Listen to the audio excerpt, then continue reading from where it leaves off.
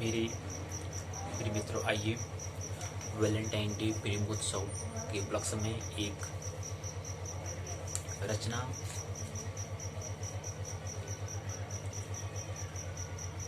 कविता है, उसको समझने का हम प्रयास करें। तेरा मुखड़ा चांद का टुकड़ा, ये तेरी ऐनक, ये तेरा सूर, क्या बात है, क्या बात है। ये तेरा काजल कर दिया पागल, हिप्नोटाइज करें जतनों, क्या बात है, क्या बात है। तेरे लख तू लगे कराची ही, फैन मर जनिए बुघाटी दी, दिल कर तेरे नाल बनिए रावान, तेरे जिस पे खुशबू इलायची दी, तेरी आंखें तती खाना ते उत्तों माशाअल्लाह मुँह, क्या बात है, क्या बात है। तेरा काजल कर दिया पागल, हिप्नोटाइज करे जतनों, क्या बात है, क्या बात है। तेरा कंगना कंगना कंगना, क्या बात है।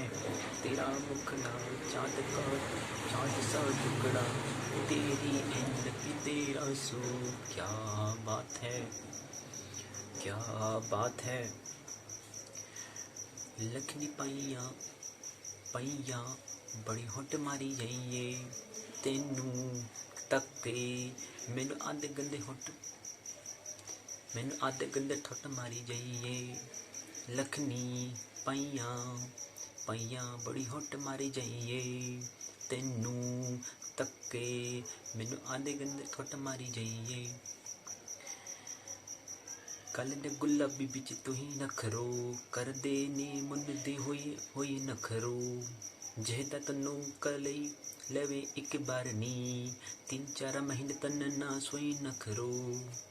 तेरी चाल तेरे काल लाल, तेरी सारी दी सारी तू, क्या बात है, क्या बात है। तेरी चाल तेरी गाल लाल, तेरी सारी दी सारी ही तू, क्या बात है, क्या बात है। तेरा काजल कर दिया पागल, हिप्नोटाइज करे जतनों, क्या बात है, क्या बात है। जोनी जोनी जोनी जोनी जोनी जोनी जोनी नु तू आ गई ए पसंदन बलिए तपने नु फिर तेरे कंध बलिए, मैनू सिन नाले हरे लईना, कहन देना ना ना ना, तेरे बिना मैनू मार दू ये ठंड बलिए। होठ गुलाबी कर्द शराबी, जुत कर दे चू चू चू, क्या बात है, क्या बात है।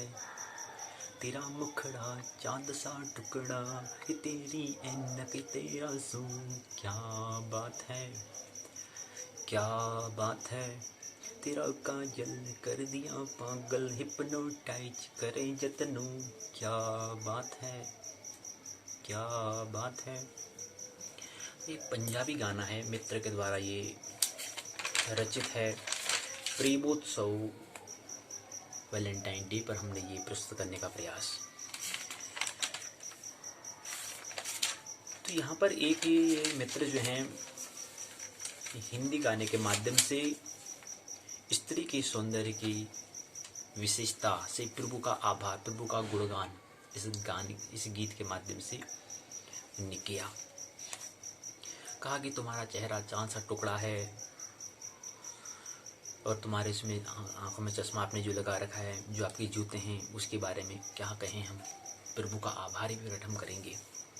काजल है, आंखों में आपने काजल लगा रखा है, उसने मुझे पागल कर दिया, सम्मोहित करता है, हिप्नोटाइज करता है, सम्मोहित करता है। एक मित्र, उनका नाम है, पुरुष का नाम है जट, कह रहे कि मेरे को आप जट कहता है कि मेरे को पागल कर दिया। तो ये स्त्री का सौंदर्य। प्रभु का गुणगान इस गीत के माध्यम से। फिर कहते हैं कि तेरी कमर से तू ये लगती है, कर्म जो है तेरे कर्म के आधार पर लगता है कि जैसे तुम मानो कि कराची पाकिस्तान का एक शहर है, वहाँ की रहने वाली हो, कि लगती है कि आपकी मैंने आपको मैंने आपको एक वाहन दिया जिसका नाम मैंने बगट्टी रखा। बगट्टी मैंने आपको एक वाहन अर्थात कार दिया है, फैन उसका फैन हो। फिर कहते हैं दिल करता है कि तुझे बदा रहूं तेरे जिस्म अर्थात शरीर पर में से इलायची की से खुशबू आती है। तेरी आँखें और तीखा नाक और उसके ऊपर माशाअल्लाह प्रभु की कृपा से कह रहे हैं कि क्या है इसमें मुँह, फिर उसको तो क्या बात कहें, क्या बात है, क्या बात है। तो ये प्रभु का गुणगान है। पर जो व्यक्ति स्त्री में परमात्मा को नहीं देख पाया, या स्त्री में या पुरुष में जो नहीं देख पाया, वो मंदिरों में मूर्तियों में कहाँ से देखेगा, वो कण कण में कैसे देख पाएगा। पहली आंख तो प्रेम की आंख है। प्रेमोत्सव के उपलक्ष्य में, वैलेंटाइन के उपलक्ष्य में हम रखने का प्रयास कर रहे हैं। फिर आगे क्रम पड़ता है, कहते हैं कि तेरा कंगना तेरा कंगना तेरा कंगना, हाथ में कंगने बांधे तो कंगना खन खन खन खन। उसमें कह रहे हैं क्या कहें, इसका क्या आवाज़ है, क्या बात है। और तू इतनी सुंदर बनी है, तू उससे उत्तेजित हॉट लग रही है। इससे क्या होता है, इससे मेरे मन में विचार, प्रकृति का जो तमस गुण जो है, काम का उस ख्याल आता है मेरे को, गंदे गंदे थॉट्स इनके विचार आते हैं, इनकी तमस गुण जो है वो आता है। ऐसे तो सुंदर बनी है।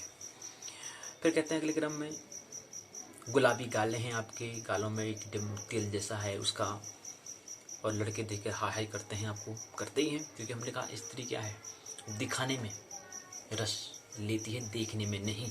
पुरुष जो है वो देखने में रस लेता है, दिखाने में नहीं। ये स्त्री का नेचर, स्वरूप, और ये पुरुष का स्वरूप है। और इन दोनों के स्वरूप से एक दूसरे की बात पूर्ण होती है। फिर कहते हैं अगले क्रम में चलते हैं, कहते हैं कि जब तेरे को मैंने देखा, एक बार आपको देख लिया, तो फिर 3-4 महीने क्या है, नींद सोना बड़ा हराम हो जाता है। फिर कहते हैं कि तेरी चाल और गाल, लाल गालें, पूरी की पूरी तू ही तू, पूरी स्त्री की स्त्रीणता की बात कर रही हैं, उसके सौंदर्य की बात कर रही हैं, उसकी ब्यूटी की सुंदरता की बात करते हैं। कभी कहते हैं क्या बात है, क्या बात है, मतलब क्या कहें, उसके लिए क्या हम शब्द दें, तो इसलिए कह रहे हैं क्या बात है, क्या बात है। फिर कहते हैं अगले क्रम में, तेरा काजल करता है पागल।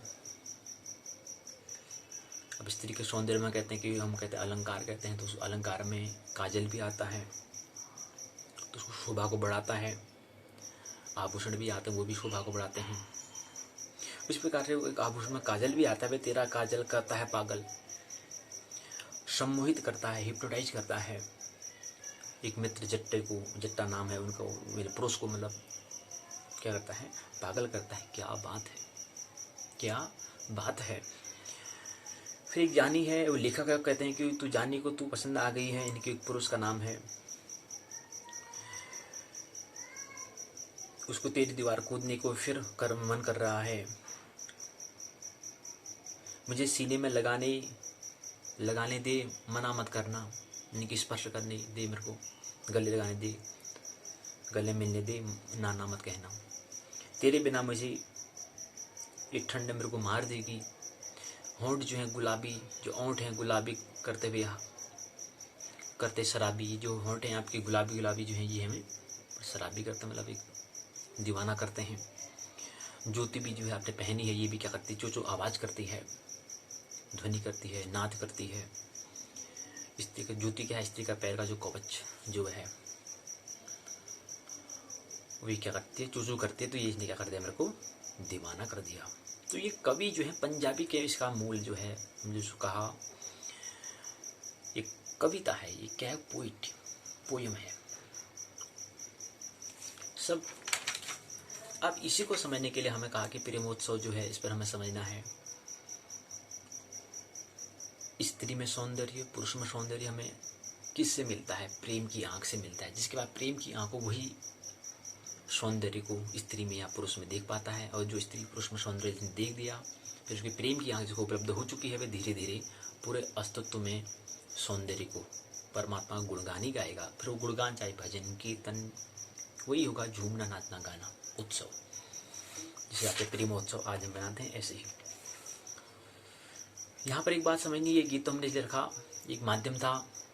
हमने कहा कोई भी रचना जो होती, कोई भी स्किल जो होता है, कोई भी हुनर जो होता है, कोई भी रचना जो हम करते हैं वो 3 तल पर होती है, साहित्य, संगीत और कला। साहित्य, संगीत और कला पर साहित्य से जन्म होता है शास्त्र का, विज्ञान का, कथा का। मूल तो बात करें तो ये साहित्य जो है बुद्धि के तल पर होता है। दूसरा हमने कहा हृदय के तल पर संगीत होता है, इसमें संगीत में कविता का, प्रेम का, ध्यान का, कवि कवित्री का जन्म होता है। तीसरा हमने कहा कि जो नाभिक तल होता है वो होता है कला का, उत्सव का, नाटक का, नृत्य का, गाने का, गायक का, वादक का। ये जो सब जो है ये सब किसके आता है, हृदय तल पर। इसको हम कला कहते हैं, इसको हम आर्ट्स कहते हैं, और उसको हम म्यूजिक कहते हैं, उसको हम साहित्य कहते हैं, उसको तो साहित्य, लिटरेचर उसको हम कहते हैं। तो पहले को जो बुद्धि तल पर जो होता है, जो ब्रेन के तल पर होता है, उसको हम लिटरेचर कहते हैं। हृदय के तल पर, हार्ट के तल पर जो होता है उसको म्यूजिक कहते हैं। कि कोई भी कविता विजय म्यूजिक की नहीं होती, हालांकि हम उच्चारण कर रहे हैं, इसमें कोई संगीत नहीं है तो इसमें रस आने वाला नहीं है। तो फिर संगीत के लिए आवश्यकता होती है, कविता के लिए संगीत की आवश्यकता होती है, हृदय के तल पर हमने कहा म्यूजिक, और नाभिक तल पर होती है कला यानी कि आर्ट्स। ये 3 रचना के तल होते हैं। और दूसरी बात हमने ये कहा, अब इस बात को समझने के लिए हमें एक बात और महत्वपूर्ण समझनी, वो है मनुष्य रूपी 7 मंजिला भवन को हमें समझना बहुत अनिवार्य है। क्योंकि प्रेमोत्सव है तो इसके उपलक्ष्य हमने कहा इसको साझा कर देना चाहिए, तो कर देते हैं कि इस मनुष्य के 7 रूपी मंजिला जो है ये हमें समझना अनिवार्य है। 7 मंजिला भवन है मनुष्य का, जो है रूप, जो है शरीर, जो है वो 7 मंजिला भवन है। कैसे है? सबसे पहले हमने कहा चेतन, यानी कि हमारा जो मन होता है वो चेतन मन जो होता है वो पहला, हम जहाँ पर वर्तमान में हैं वहाँ पर, उसके ऊपर भी 3 और नीचे भी 3 होते हैं। ऊपर को हम कहते हैं सिद्धि, नीचे को कहते हैं हम रिद्धि। और इन दोनों के ऊपर जो काम करना होता है रिद्धि सिद्धि की ओर, इसको हम कहते हैं साधना, यानी कि रिद्धि से सिद्धि की ओर यात्रा का ही नाम है साधना है। तो जो हमारा चेतन जो है, जो हमारा कॉन्शियस माइंड जो है, चेतन मन जो है, उसके नीचे हमें पहले जाना पड़ता है। इससे पहले नीचे हमें जाना पड़ेगा। नीचे में हमने कहा कि सबसे पहले आता है चेतन की बात है, अचेतन आता है, अनकॉन्शियस माइंड आता है। इसके बाद फिर और नीचे हमें जाना पड़ता है, वो आता है, इसके बाद समष्टि अचेतन आता है, कलेक्टिव अनकॉन्शियसनेस आता है। इसके बाद फिर और नीचे हमें जाना पड़ता है, ब्रह्म अचेतन के हमें तल पर जाना पड़ता है, उसको कहते हैं cosmic unconscious mind, unconscious mind कहते हैं इसको। तो 3 तल ये हुए, इसको कहते हैं रिद्धि। और इसको आगे फिर इसी के तल पर हमें जितनी गहराई पे जाएंगे, गहराई की जाने का मतलब, कहने का मतलब ब्रह्म अचेतन तक हमें जाना है, ब्रह्म यानी कि कॉस्मिक अनकॉन्शियस माइंड तक हमें जाना होता है। उसके बाद फिर यहाँ से ऊपर की हमें यात्रा करनी पड़ती है, कहाँ की, यानी कि जो हमारा चेतन मन है, जो कॉन्शियस माइंड है, इसके ऊपर फिर हमें जाना होता है। इसके बाद है अति चेतन आता है, यानी कि सुपर कॉन्शियसनेस हमारा आता है, सुपर कॉन्शियस माइंड हमारा होता है, जो चेतन के ऊपर हमें जाना होता है। हम पहले ऊपर चले जाते हैं तो वहां से हमें दर्शन का जन्म तो हो जाता है, लेकिन अनुभव कुछ होता नहीं। पहले हमें नीचे जाना पड़ेगा, यात्रा कुछ इस तरह से है, पहले रिद्धि को फिर सिद्धि को। तो पहले सिद्धि को प्राप्त करने का प्रयास करेंगे तो उसमें हल होने वाला है नहीं, केवल वो दर्शन बनेगा, केवल फिलोसफी बन जाएगी। तो हमने कहा पहले नीचे जाना पड़ेगा, उसके बाद फिर ऊपर को। अर्थात कोई भी वृक्ष है, अगर वो बहुत ज़्यादा ऊंचा गया है तो इसका मतलब क्या है, उतने ही नीचे उसकी जड़ें गई होंगी।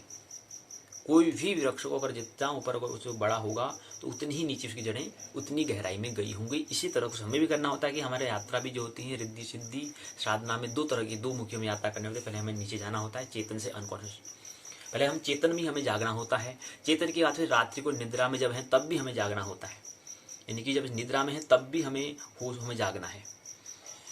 उसको कहते हैं कृष्ण, कि रात्रि में सब लोग सो जाते हैं लेकिन फिर भी वो जागा रहता है। बुद्ध का जिक्र आता है कि बुद्ध जब विश्राम करते हैं तो वो एक ही करवट में सोते हैं। उसके मित्र जो आनंद है वो कहते हैं कि आप क्या करते हैं, आप क्या करते हैं? तो वो कहते हैं कि मैं जागे रहता हूँ, क्योंकि मैं जागने भी जाग गया हूँ और रात को भी मैं जागता हूँ, इसलिए मैं करवट नहीं बदलता हूँ। कहते हैं कि यार, आनंद कहता है कि यार आप तो एक ही करवट में सोते हो, मतलब क्या चीज़ है, मतलब क्या जैसा चीज़, मतलब कि करवट क्यों नहीं बदलते हो? वो कहता है हाँ, कौन बदला करवट, मैं तो सोया ही नहीं, कहाँ से करवट बदलूंगा। तो इस तरह से हमने कहा कि पहले हमें अधः की ओर, फिर उसे ऊर्ध्व की ओर, रिद्धि फिर सिद्धि की प्राप्ति होती है। तो पहले हमें क्या है, पूरे अपने जीवन में हमें जाग जाना है, उसके बाद फिर निद्रा में भी हमें जाग जाना है, जो कृष्ण भी जिक्र करते हैं जिसका, ये कहते हैं कि रात सब सो जाने के बाद वो भी जागा रहता है। यानी कि हमारा चेतन मन तो सो जाता है लेकिन अचेतन मन फिर भी जागा रहता है। यानी कि कहने का मतलब है जो हमारा चेतन मन जो है उसके बाद नीचे अचेतन अनकॉन्शियस माइंड हमारा होता है, कॉन्शियसनेस के बाद नीचे अनकॉन्शियस माइंड होता है, अचेतन होता है। अचेतन में ही हमारा क्या होता है, चित्र हमारे पास होते हैं। तो हमने कभी कहा कि कला का जन्म कहाँ से होगा, जो व्यक्ति चेतन से अचेतन में नहीं गया है उसके अंदर कला यानी कि आर्ट्स का जन्म नहीं हो सकता है। और दूसरी बात, जो अपने अचेतन मन तक, अनकॉन्शियस माइंड तक नहीं गया तो फिर वो कलेक्टिव अनकॉन्शियस में कैसे जाएगा, वहां से तो और आगे फिर वो तो कलेक्टिव है, वो तो समष्टि है। समष्टि के बाद फिर और नीचे हमें जाना होता है ब्रह्म अचेतन होता है, कॉस्मिक अनकॉन्शियस माइंड होता है, वहां पर हमें जाना होता है। तो ये महत्वपूर्ण बात है कि पहले अपने जीवन में होशपूर्वक में जाना है। तो एक महत्वपूर्ण महावीर सूत्र देते हैं कि क्या करना है, आपको कुछ नहीं, अवेयरनेस रहना है, हमेशा होशपूर्वक रहना है, होशपूर्वक निरंतर। पहले जब चल रहे हैं, चलते समय, दौड़ते समय, उठते समय, बैठते समय हमें क्या करना है, निरंतर स्नान करते समय, ध्यान करते समय, पूजा पाठ करते समय क्या करना है, होश में रखना है। एज धर्मो सनातनो, एक ही मात्र सनातन धर्म है, वो है होश, वो है अवेयरनेस, वो है जागरूक। तो पहले अपने दैनिक जो हम काम करते हैं, दैनिक रूटीन जो हमारा जो डेली रूटीन जो है उसमें जो हम काम जो करते हैं, जो कर्म करते हैं, उसमें होशपूर्वक हमें कर्म करना है। इसके बाद फिर निद्रा भी हमें जाग जाना है। और निद्रा के बाद जब जो व्यक्ति जाग जाता है तो उसके आगे फिर कला का जन्म होता है। हमने कहा कि हम जब निद्रा में नींद आती है तो निद्रा में भी हमारी जो नींद आती है उसमें हमें नींद का भी कुछ पता कुछ हमें है नहीं कि आती है, तो उसमें पता नहीं चलता कि कब नींद आ गई। हाँ, इतना पता होता है कि हम सोने गए थे, 10 बजे सोने गए थे, 12 बजे सोने गए थे, सुबह उठते ही पता चला बस। ये नींद क्या है, स्लीपिंग क्या है, तो इस स्लीपिंग को भी जानना है। तो पहले जो व्यक्ति अभी अगर जागने में ही नहीं जागा है, परम जागरण को प्राप्त नहीं किया, वो नींद को कैसे जानेगा। तो पहले हमें नीचे की यानी कि जो हमारा चेतन है, उसके बाद अचेतन में, उसके बाद समष्टि अचेतन में, उसके बाद ब्रह्म अचेतन में हमें जाना है। इसको कहते हैं रिद्धि, उसको कहते हैं सिद्धि, और इसका नाम है साधना। तो ये बात हुई। तो 7 मंजिला भवन का हमें ख्याल रखना है। और जो व्यक्ति, अब देखते हैं कि हमको अगर हम यहाँ पर कोई कला बनाता है, आर्ट से हम कह रहे हैं, तो आर्ट से कला जन्म कहाँ से होगा, यानी कि उसको पहले अचेतन में जाना होगा, अनकॉन्शियस माइंड में जाना होगा। और दूसरी बात क्या होती है, जो हमारा अचेतन है वो तो तब भी थोड़ा फर्क होता है, लेकिन उसके आगे जो हम कलेक्टिव जो समष्टि जो बोल रहे हैं उसमें फिर कोई चित्र, कोई पेंटिंग बनाता है, कोई कला करता है, तो उसकी पेंटिंग के लिए हमको कोई भाषा की आवश्यकता फिर नहीं होती है, कोई भाषा की, कोई लैंग्वेज की हमें आवश्यकता, कोई कम्युनिकेशन की आवश्यकता नहीं होती। वो चित्र पेंटिंग से भी समझ लेते हैं, क्योंकि हमारा अचेतन जो है, अनकॉन्शियस माइंड का स्वभाव क्या है, चित्रों को देखना। तो पेंटिंग का जन्म वहाँ से होता है। कोई पेंटिंग करता है, कोई चित्रकारी करता है, वो ऐसे ही नहीं करता है। इसके अंदर उसका नाम हमने कला दिया, उसका नाम उसको आर्ट से कहा। सब पेंटिंग नहीं कर सकते। ऐसे हमने यहाँ पर भी देखा कि हमने काव्य की बात करी, तो सभी लोग कविता का सृजन नहीं कर सकते हैं। सुबह से प्रयास कर रहे थे इस गाना को हम लयबद्ध करें, नहीं हो पाया। तो सभी लोग का एक हुनर नहीं होता, सभी का एक कुछ तो कुछ आर्ट से होता है, कुछ स्किल तो होता है, उसको पहचानना होता है, वो भी आप सबके अंदर मौजूद है। लेकिन फिर भी जो व्यक्ति पोइट्री जो कविता कर पाते हैं उनके अंदर विशेष गुण होता है, वो लेके ही आता है जन्म से, ये हमें ख्याल रहे। तो 7 मंजिला भवन का स्मरण हमें रहना है। पहले हमें चेतन से हमें यात्रा करनी पड़ेगी, कॉन्शियसनेस जो हमारा माइंड है वहाँ से हमें यात्रा करने की। उसके बाद में नीचे जाना है, अनकॉन्शियस माइंड में जाना है, अचेतन में जाना है। उसके बाद फिर आगे में समष्टि अचेतन में जाना है, कलेक्टिव अनकॉन्शियस माइंड में जाना है। उसके बाद आता है कॉस्मिक अनकॉन्शियस में जो हमारा माइंड है, ब्रह्म अचेतन जो है वहाँ तक हमें जाना है। इसकी यात्रा का नाम है रिद्धि, इसका नाम है सिद्धि। इसके ऊपर पे चेतन के ऊपर जब जाएंगे, इसके बाद ऊपर की यात्रा होती है। कोई भी वृक्ष जब नीचे जड़ तक गया तब जाके उतने ऊपर आया है, वो ऐसे नहीं आया। कोई भी वृक्ष जो है, बार बार हम कह रहे हैं कि कोई भी वृक्ष जो है जितने ऊंचा होगा तो वो उतने ही नीचे गहरे गया होगा। तो यात्रा भी कुछ हमारी ऐसी है, साधना की जो हमारी यात्रा है, साधना जो है वो कुछ ऐसी तरह ही है, रिद्धि और सिद्धि की तरह से यात्रा है। तो चेतन के ऊपर फिर बाद में होगा कि हमारा अचेतन, अति मानव हम कहते हैं तो अति चेतन होता है, सुपर कॉन्शियसनेस हमारा होता है। अब जो हमारे यहाँ पर आधुनिक जो मनोविज्ञान है, वो मनोविज्ञान कहते हैं कि हमें नीचे तो जाना है लेकिन ऊपर का कुछ ख्याल है नहीं। अब जो व्यक्ति दोनों को ही नहीं साध पाएगा, साधना का मतलब दोनों को साधना, रिद्धि और सिद्धि को साधना। अब फ्राइड जो है, या जो हमारा यहाँ पर पश्चिम के जो मनोवैज्ञानिक जो हैं, साइकोलॉजिस्ट जो हैं, वो क्या हैं, आधे। आधा ज्ञान उनके पास है। अब इसी क्रम में अगर हम महावीर बुद्ध की बात करें तो उनके पास पूरा मनोविज्ञान है, वो रिद्धि से सिद्धि तक। तो फ्राइड जो व्यक्ति हैं, जो पश्चिम में जो व्यक्ति हैं, ये मस्तिष्क तक ही सीमित है। तो ये हमें समझना है, सात मंजिला भगवान को, मंजिला को हमें समझना है, सात हमारा मनुष्य रूपी सात मंजिला भवन है, इसका हमें ख्याल रहे। और इसीलिए हमने यहाँ पर रचना को, ये संगीत को, यहाँ पर ये गाने को हमने यहाँ पर रखने का प्रयास किया कि हमें ख्याल रहे बुद्धि हृदय नाभिक तल पर, और सात मंजिला भवन का हमें ख्याल रहे, माना जानना, आनंद मौसम जीवन जीना है।